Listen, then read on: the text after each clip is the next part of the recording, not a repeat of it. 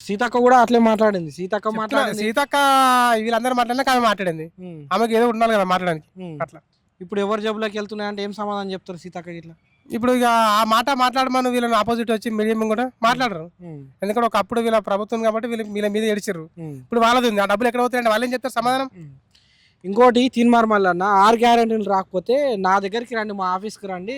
నేను మొత్తం మీకు 6 గ్యారంటీలు వచ్చేటట్టు చేస్తా అని చెప్పేసి కార్డు గీడు అంతా అప్లై చేసుకోండి అని చెప్పిండు.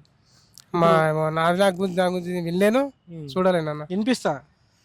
కాకపోతే ఏంటంటే వినిపిస్తది. అన్నాడేమో కానీ తినని వాళ్ళని కూడా వాళ్ళ పట్టే కదన్న. ఆయనకు ఉద్యోగం వచ్చిన కాడ నుంచి ఆయన కూడా ప్రశ్నించే గొంతు మూగపోయిందంటారా? మోగపోయింది కంపల్సరీ పోయింది. ఎందుకంటే తీసి పడేస్తారు కదా మళ్ళీ హ్మ్. ఎదిరిస్తే. హ్మ్. మరి ఆల్రెడీ పదవి కోసము మంత్రి పదవి కావాలని చెప్పేసి కాంగ్రెస్ పార్టీ ఇట్లా చేస్తుంది, అట్లా చేస్తుంది అనుకున్న కొన్ని ఇది చేస్తున్నాడు కదా!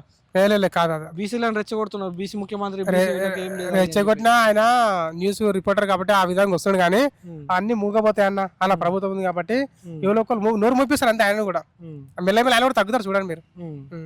అంతే అండి. సీతక్క కూడా అట్లే మాట్లాడింది. సీతక్క మాట్లాడింది. సీతక్క వీళ్ళందరూ మాట్లాడినాక ఆమె మాట్లాడింది. హ్మ్. ఆమెకి ఏదో ఉండాలి కదా మాట్లాడడానికి. హ్మ్. అట్లా ఇప్పుడు ఎవరి జేబులోకెళ్తున్నాయంటే ఏం సమాధానం చెప్తారు సీతక్కకి ఇట్లా?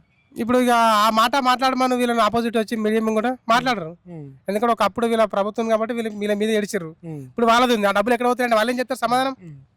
ఇంకోటి తీన్మార్ మల్లన్న 6 గ్యారంటీలు రాకపోతే నా దగ్గరికి రండి, మా ఆఫీస్‌కి రండి.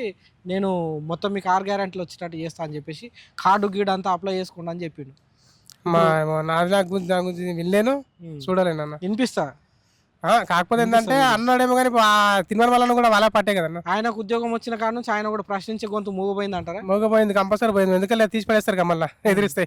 హ్మ్. మరి ఆల్రెడీ పదవి కోసము మంత్రి పదవి కావాలని చెప్పేసి కాంగ్రెస్ పార్టీ ఇట్లా చేస్తుంది, అట్లా చేస్తుంది అనుకున్న కొన్ని ఇది చేస్తున్నాడు కదా!